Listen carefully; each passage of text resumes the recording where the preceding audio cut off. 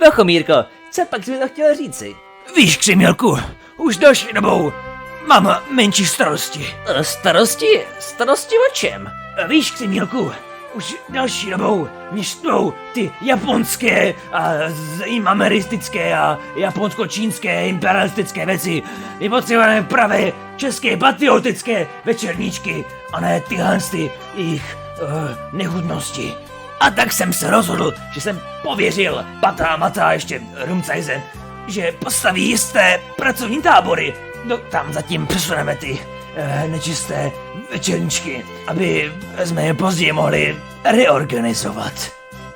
Vlkomírko, to zní jako potlačování základních lidských práv. Zklamal jsi mě, Křemílku.